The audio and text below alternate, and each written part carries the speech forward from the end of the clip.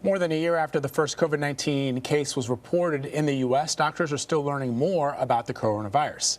Symptoms can last weeks or even months in some people, and these patients have been given the term long haulers, those who tested negative after recovery but still feel the impacts from COVID.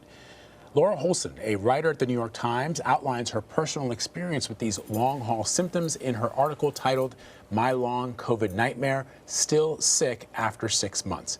And Laura joins us now to talk about this. Laura, thanks for being with us. In your article, you discuss some of the symptoms you were experiencing after recovering from the virus and testing negative twice.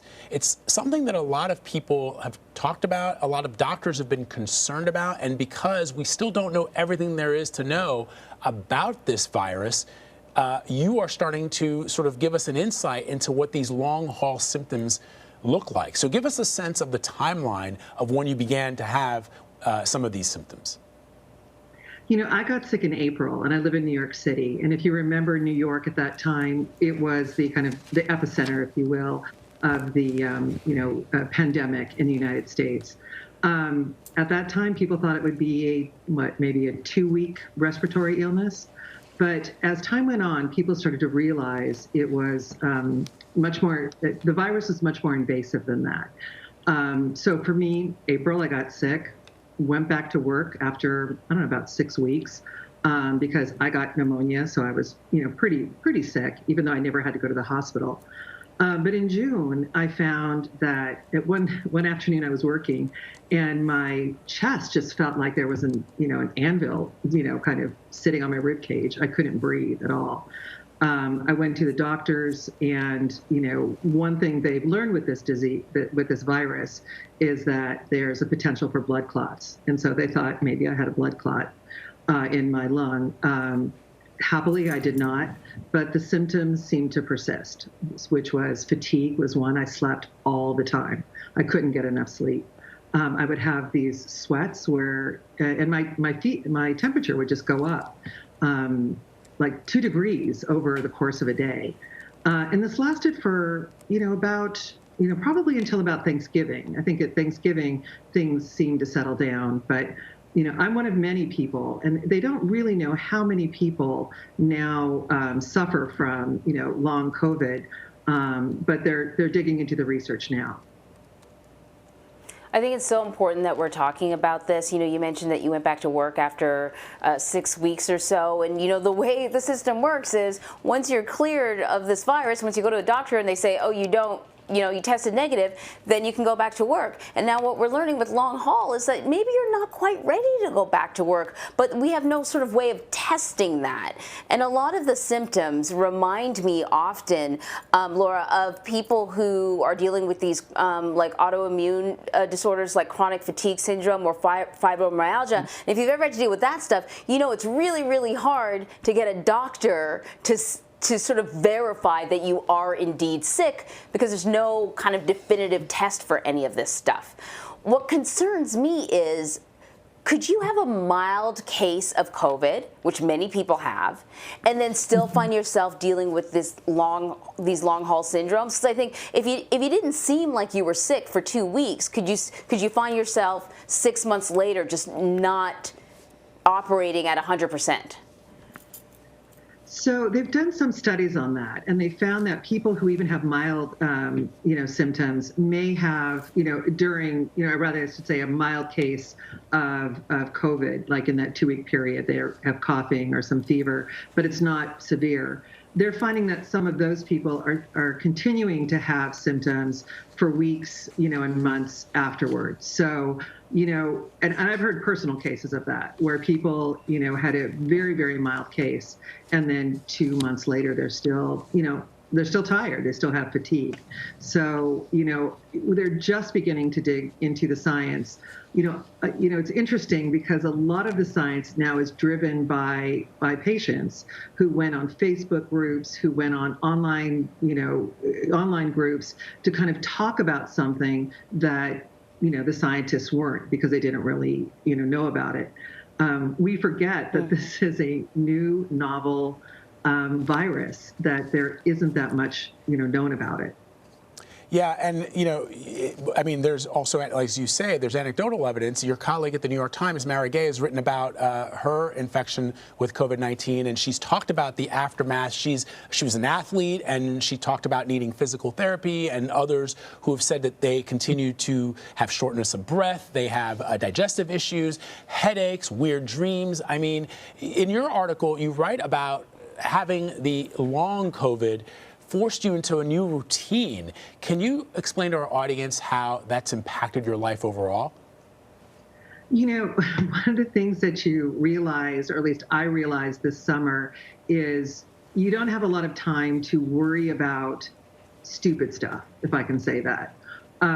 Because you're so focused on just getting well that a lot of things go by the wayside. And I would find sometimes that people would want to talk about, I was very open with friends to talk about, what was going on because I wanted to educate people. But sometimes you realize you're kind of like the car crash that everybody looks at on the side of the highway, but, people are glad they're not a part of. And so at some point, or people would want to relive terrible things that happened to them through you. So for me personally, I streamlined, my life and really focused on things that brought me happiness. Whether that was reading, whether that was, I founded a creativity gathering called the Box Sessions, and I have a great creative community, and I spent more time talking with them versus people who really weren't giving me joy. Well, that actually is quite a silver lining. I mean, it's unfortunate that contracting COVID is what had to be done, but I think that's actually really great that you're kind of figuring out how to make the most of your circumstances. I wonder if you worry that this long haul syndrome may be, kind of part of an extended epidemic for this country, and that there may be individuals who maybe don't share the same circumstances as you that are going to find it almost debilitating. I have to say that I am very lucky. I had great medical care. There's a lot of people in our country who do not. If you look at a lot of the studies around coronavirus, people of color, Hispanics, do not fare as well, and they don't, maybe get as great care as other people do. So let me just say off the bat, I'm really, really lucky. I had a good doctor who really took care of me. I think we're in the early stages of this. We're going to know more as scientists kind of really dig in to see how it affects the body. I mean, it's been 9 months for me, and I feel pretty good today. But I know other people who do not feel good. It's a, how do I say it? It's a virus that affects everybody individually. So my circumstance is not going to be somebody else's circumstance. And I just think that people need to be vigilant to protect their health and, just dig in as to how they can be healthier given what's going on. Laura, I'm so glad that you brought up the fact that, you are blessed and fortunate enough to have access to quality medical care, because it strikes me that we are in for a reckoning in this country because we do not have the type of healthcare system that they have in some other countries, for example, that would allow for long-term medical care that would allow people who have these long-haul symptoms to get better. So if you happen to be somebody who doesn't have access to quality medical insurance or quality medical care, I don't know if you've spoken to some people either through the course of your own reporting or just, anecdotally, who are really worried about what they're going to do if they continue to be sick long after they are no longer infected with COVID-19, long after they're not able to transmit it to other people, but still have these issues that, as we showed up on the graphic there, range from digestive issues to heart palpitations and trouble breathing. A couple of things on that. I spoke to a researcher, and this was startling when he told me this, who was studying a cohort of about 250 people, and he found that who had COVID and had long-term symptoms. And he found that when he reached out to them, a lot of times he was the first point of contact for medical care. And that's troubling. I think that people aren't getting the care that they need. One thing that has developed that is really helpful are groups on Facebook. There are groups that are online that really are support groups for people who have, long-term, kind of effects of COVID. So if it were me, I would, and I maybe didn't have a good doctor I could speak with, I would look at those groups because there's a lot of information there and people are willing to share. People want to share what they're doing to get better. And, that's one way.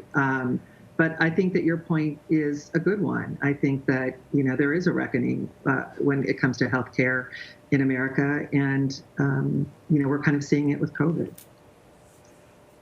Well, Laura Holson, I'm so glad you're speaking out. I'm glad you wrote that article. There's going to be somebody out there who's going to think that they're kind of losing it because they're feeling all these symptoms and they don't know what it is, and they're going to listen to you and you're going to set them on the right track. So really appreciate it. Well, thank you for having me. It's a really important topic.